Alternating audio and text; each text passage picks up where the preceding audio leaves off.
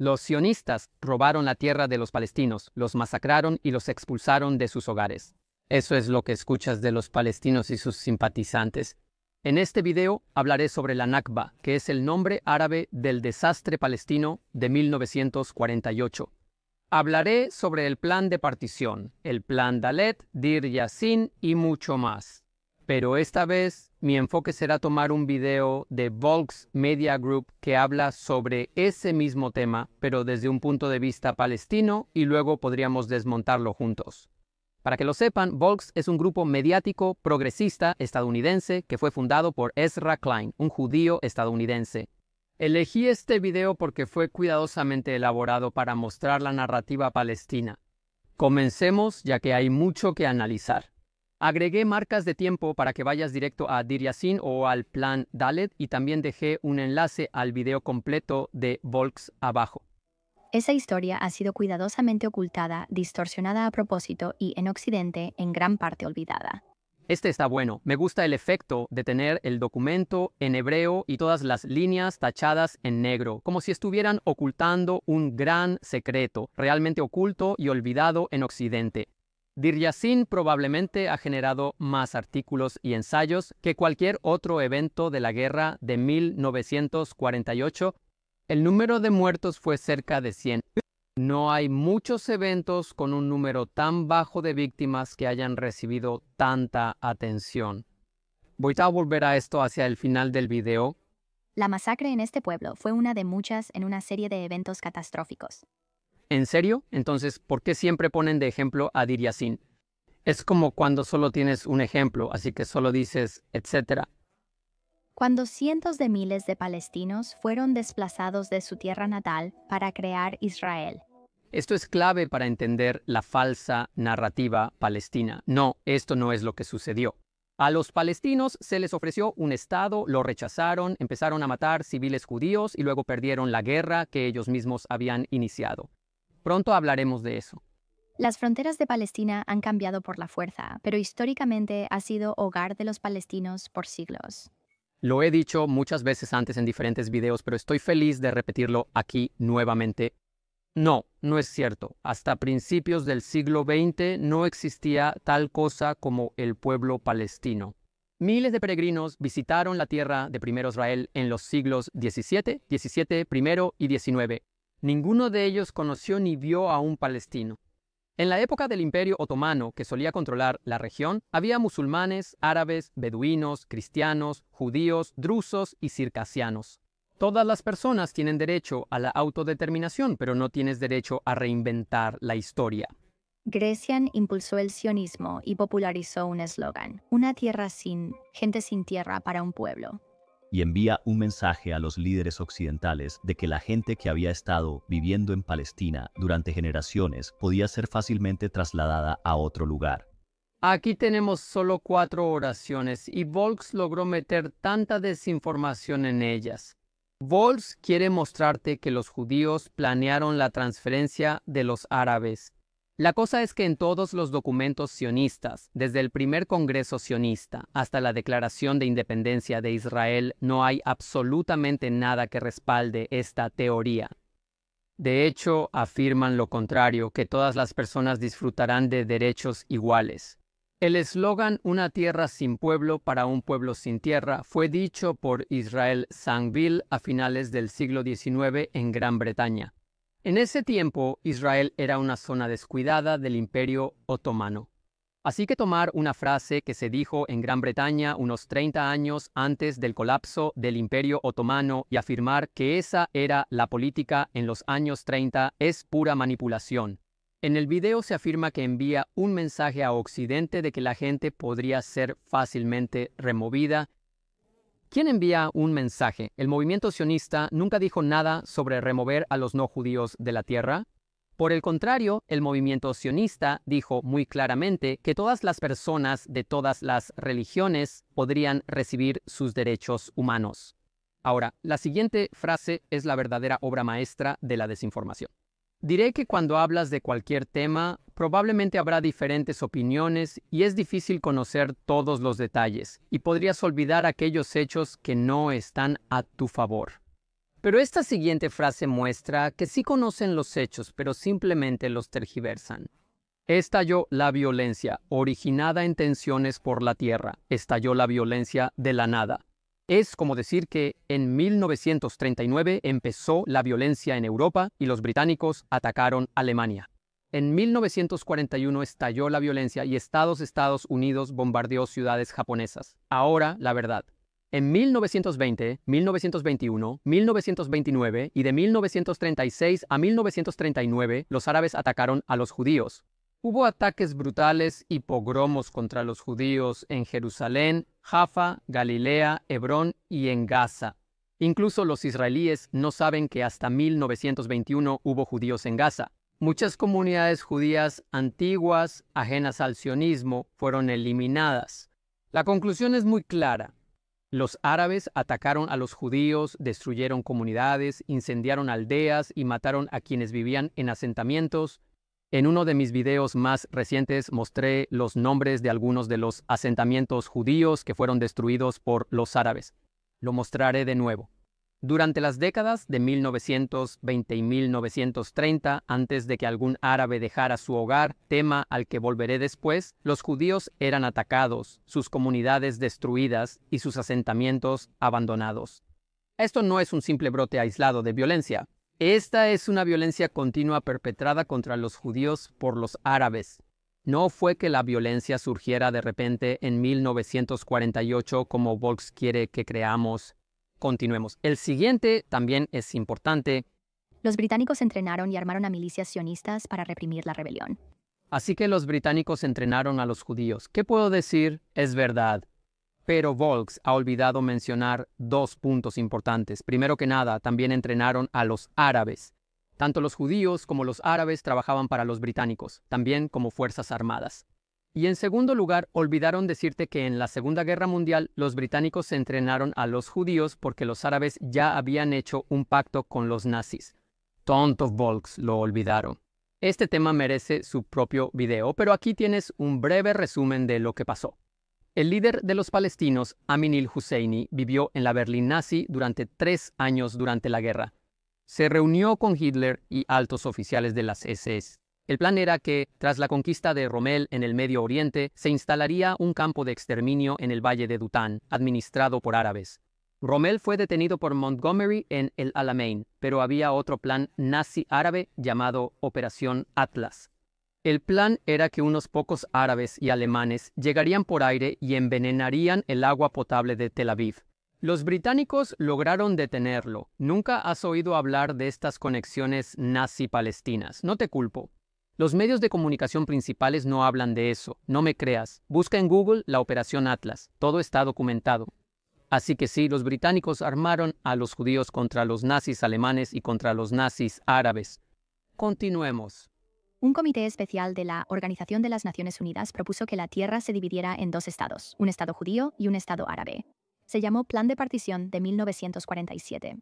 No pudimos aceptar el plan de partición porque en ese momento la población era casi de 2 a 1. El plan proponía entregar más de la mitad de la tierra, usualmente la más fértil, de las áreas al Estado judío. Desde una perspectiva puramente pragmática, el plan de partición no tenía mucho sentido para los árabes palestinos. Volks realmente debería recibir un premio por elegir las palabras más engañosas de todas. El plan de partición no tenía mucho sentido para los árabes palestinos. ¿Podría ser que con esta frase te refieras a que los árabes no aceptaron su plan de partición y por eso empezaron a disparar contra civiles judíos? Analicemos esto. Los británicos ya tenían problemas en casa y su imperio se desmoronaba. Le dijeron a la Organización de las Naciones Unidas que se hiciera cargo de este problema entre judíos y árabes. La Organización de las Naciones Unidas lo analizó y decidió dividir la tierra en un estado judío y un estado árabe. Ni los judíos ni los árabes estuvieron de acuerdo. Sin embargo, los judíos estaban dispuestos a llegar a un acuerdo y los árabes no. En lugar de eso, mataron a civiles judíos. Aunque ya lo hacían desde 1920, continuaron haciéndolo. Es muy importante entender esto, por lo que conviene repetirlo. En 1947, los árabes pudieron crear un Estado palestino, pero lo rechazaron. Y en cuanto a la afirmación de que los judíos recibieron más tierra, aunque eran menos en número de la tierra del mandato británico, los árabes también recibieron Jordania. Ahora, no tengo nada en contra de los jordanos, pero los jordanos y los palestinos son el mismo pueblo. Ambos son entidades que simplemente fueron inventadas por los británicos. No había ninguna diferencia entre los árabes que vivían en el lado este y en el lado oeste del río Jordán. Pero el punto que quiero señalar es que los árabes ya se habían apoderado de una gran parte de la tierra del mandato británico. Y si también tomas en cuenta el territorio de Jordania, los judíos en realidad obtuvieron la parte más pequeña. Decir que los judíos recibieron la tierra más fértil es falso. La mayor parte de la tierra que recibieron los judíos era desierto. Y ahora quiero mostrarte un mapa increíble. A la izquierda está el mapa del plan de partición. A la derecha puedes ver un mapa de las áreas infectadas con malaria. Así que a los judíos se les dio el desierto, los pantanos y la malaria. El 10 de marzo, 2 meses antes de finalizar el mandato británico, la Haganá adoptó el Plan Dalet. Su objetivo era controlar el Estado judío según el plan de partición y defender asentamientos judíos fuera de sus fronteras. Ahora hablemos de Tuknit Dalet o el Plan D. El lado pro-palestino no tiene muchas cartas para jugar, así que usan mucho esta carta del Plan D. Pero como pronto entenderás, en realidad esta es una carta muy débil. Así que el 29 de noviembre de 1947, los judíos aceptaron el plan de partición, mientras que los árabes dijeron que no y empezaron a matar judíos. Su primer acto fue atacar a Abbas. En respuesta a eso, los judíos empezaron a moverse en convoyes. Le agregaron placas de metal a sus camiones y tenían guardias armados. En respuesta, los árabes bloquearon caminos y dispararon a los convoyes. El principal problema estaba en Jerusalén. Jerusalén era la ciudad judía más grande, hogar de 100,000 judíos, y el camino de Tel Aviv a Jerusalén estaba en un valle que tenía aldeas árabes en las montañas a ambos lados. Deir Yassin era una de ellas.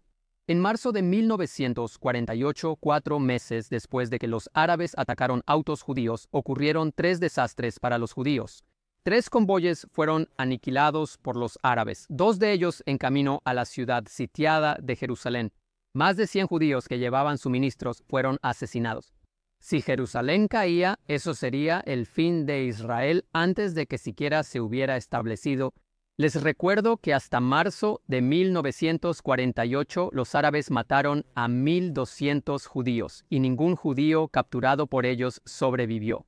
Si Jerusalén hubiera caído, imaginen lo que habría pasado, muy aterrador. Así que este es el contexto en el que debe verse el plan D. Sin embargo, si quieres distorsionar la realidad, simplemente omites el contexto como lo hace Volks aquí. Los judíos decidieron cambiar su estrategia y en lugar de pensar de manera defensiva, empezaron a pensar de manera ofensiva. La idea era tomar el control de todas las áreas a lo largo del camino hacia Jerusalén. El plan D proponía que esto se lograría primero rodeando las aldeas árabes. Si los habitantes cooperaban, se haría una revisión para ver si había armas en las aldeas. Y si no había, todos podían seguir con sus vidas. Si los habitantes se resistían, habría una lucha por el control de sus aldeas y la gente sería deportada a unos kilómetros de ahí al área que se suponía sería el Estado árabe. Las organizaciones pro-palestinas presentan este plan D como prueba de que los israelíes deportaron a los árabes. Ignoran completamente el hecho de que era un plan militar y que los árabes asesinaron a cientos de civiles judíos y que a aquellos árabes que no lucharon contra los judíos se les permitió seguir viviendo en sus aldeas. Decenas de miles de árabes que no combatieron a los judíos se quedaron en sus aldeas y ciudades, mientras que en las zonas conquistadas por los árabes no sobrevivió ningún judío. Entonces, ¿qué pasó en Deir Yassin? Una de las masacres de aldeas más publicitadas ocurrió aquí en Deir Yassin. Al inicio del video, mencionaron que la historia fue cuidadosamente ocultada en Occidente y en gran parte olvidada. Y ahora están diciendo que esta es la masacre de aldea más publicitada. Entonces, Volks, ¿has decidido que quieres mentir? Genial, eres muy bueno en eso, pero al menos sé un poco consistente con tus mentiras y no digas 2 cosas opuestas en el mismo video. Entonces, ¿qué pasó en Deir Yassin? Como dije, había un pacto de paz local, pero la gente de Deir Yassin rompió ese pacto cuando dispararon a vehículos judíos y dejaron entrar a combatientes árabes al pueblo. A inicios de 1948, ambos sabían que el pacto de paz local ya no era relevante. Al inicio de la batalla, las fuerzas judías usaron altavoces para dar tiempo a las mujeres, niños y ancianos de evacuar. Piénsalo, básicamente los judíos renunciaron voluntariamente al elemento sorpresa que es crucial en una batalla, para que los civiles tuvieran suficiente tiempo para huir. ¿Crees que los árabes alguna vez les dieron tiempo a los civiles judíos para huir antes de atacar? Nunca. No desde 1920 hasta el 7 de octubre de 2023, nunca. Las fuerzas judías que atacaron la aldea eran del Etzel y el Lefi, que eran grupos paramilitares de derecha. No tenían mucha experiencia militar y a medida que la batalla continuaba empezaron a volar las casas. Algunas de las casas tenían civiles que no se habían evacuado.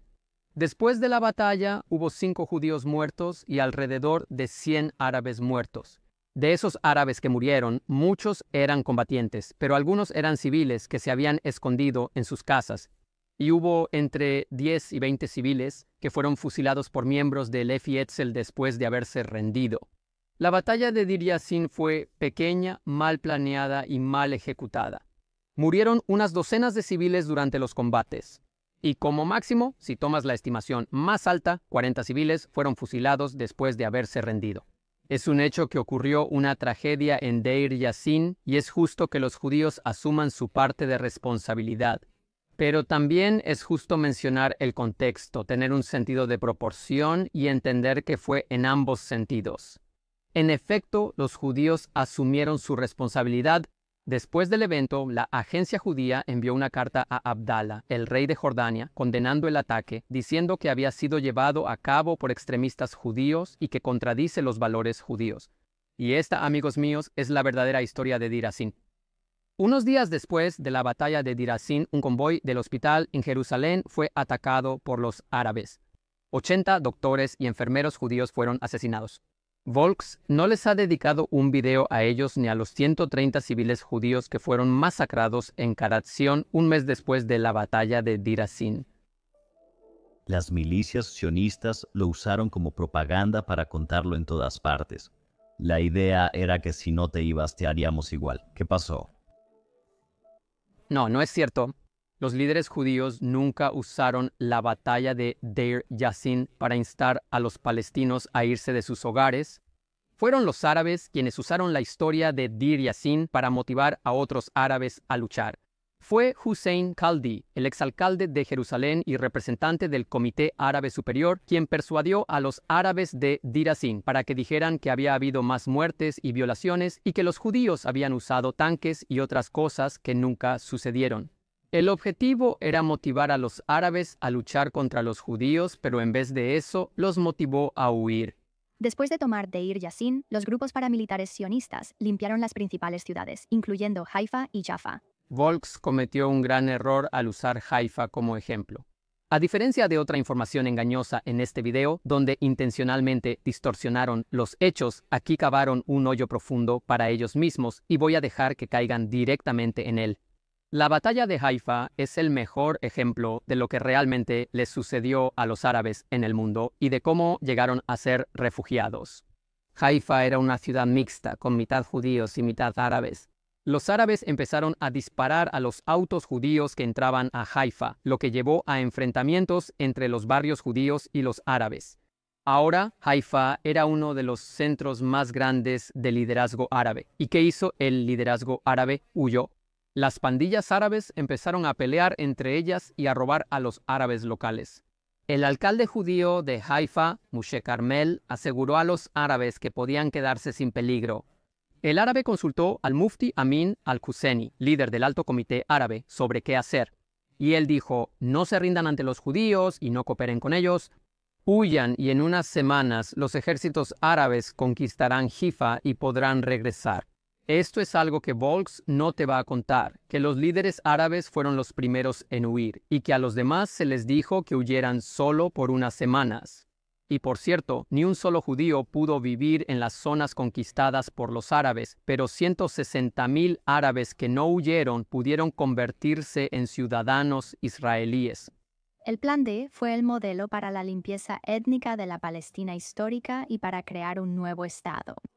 No, Deir Yassin fue un evento extremo que de ninguna manera representó la guerra, y el hecho de que Deir Yassin sea el único ejemplo que los pro-palestinos usan demuestra que no era la norma y no era el modelo a seguir. Solo algunos tuvieron que huir. La mayoría eligió huir con la esperanza de poder regresar una vez que los ejércitos árabes hubieran derrotado a Israel. Haifa fue el modelo. Árabes dispararon a civiles judíos. El liderazgo árabe huyó cobardemente. Las bandas árabes lucharon entre sí y muchos árabes huyeron pensando que después de que los ejércitos árabes eliminaran a Israel, podrían regresar. Los países árabes vecinos, abrumados por refugiados palestinos, entraron en guerra con Israel. Los países árabes atacaron a Israel para ayudar a los refugiados palestinos. Lamento decepcionarte, pero su motivo no era luchar por los refugiados palestinos. Más bien, su motivo era borrar a Israel del mapa.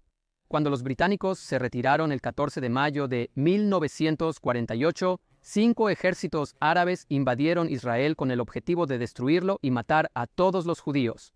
Por suerte para nosotros ganamos. Convirtieron a 6 millones de palestinos en refugiados sin patria. Es un tema interesante. Si alrededor de 700,000 personas dejaron sus hogares, ¿por qué hay 6 millones de refugiados? Lo que voy a decir ahora te va a sorprender, y el hecho de que no lo supieras hasta ahora te hará darte cuenta de lo profundamente arraigada que está la narrativa o propaganda palestina. Entonces, ¿qué es un refugiado? Hay 2 definiciones legales. Una que se refiere a todos los refugiados del mundo, que es alguien que ha tenido que dejar su hogar debido a la guerra o una crisis. Y ha habido cientos de millones de refugiados desde 1945, y hay otra definición aparte para los refugiados más privilegiados del mundo, los palestinos. Y la diferencia es que los palestinos son el único grupo en el mundo que pasa este título de ser refugiados a sus hijos y nietos, y así sucesivamente. No quiero que solo me creas a mí en esto, compruébalo tú mismo. Para ellos, la Nakba no es solo un momento en la historia. Es una catástrofe que realmente nunca terminó. Su catástrofe nunca terminó por 2 razones. Nunca asumieron responsabilidad por sus malas acciones. Segundo, siguen intentando borrar a Israel. Dijeron que no a un Estado palestino en 1937. En 1947 dijeron que no otra vez. Entre 1948 y 1967 pudieron crear un Estado palestino. Esas áreas estaban bajo control jordano y egipcio, pero no lo hicieron. Yasser Arafat y Abu Mazen también tuvieron muchas oportunidades, pero siguieron diciendo que no. Valdamir dijo, la paz llegará cuando los árabes amen más a sus hijos que nos odien a nosotros. Tristemente, los palestinos siguen enseñando a sus hijos a odiarnos. Antes de concluir este video, quiero alejarme un poco. Quiero mostrarles un mapa que realmente me gusta. Aquí pueden ver el mundo, que es un lugar realmente grande. Es más grande que Israel. Tras cada guerra mundial, la primera, la segunda y hasta cierto punto la Guerra Fría, surgió un nuevo orden mundial. Tras la Segunda Guerra Mundial surgieron varios nuevos países. Aquí una lista rápida. Corea, Indonesia, Pakistán, India, Israel, Jordania, Siria, Alemania Oriental y Occidental. De 1945 a 1949, la creación de la mayoría de estos estados y las nuevas fronteras en Europa del Este, con Polonia siendo trasladada hacia el oeste, estuvo acompañada por el desplazamiento de decenas de millones de personas. Y como puedes imaginar, el desplazamiento forzado de decenas de millones de personas, alemanes del este, hindúes hacia la India, musulmanes hacia Pakistán, polacos, ucranianos, judíos de países árabes, no fue nada pacífico. Millones murieron en estas migraciones masivas. El hecho de que el mundo esté obsesionado con la Nakba, con el Plan D y el pequeño pueblo de Deir Yassin es un testimonio de lo profundamente arraigada que está la narrativa palestina en Occidente y de cuánta cobertura mediática reciben los palestinos.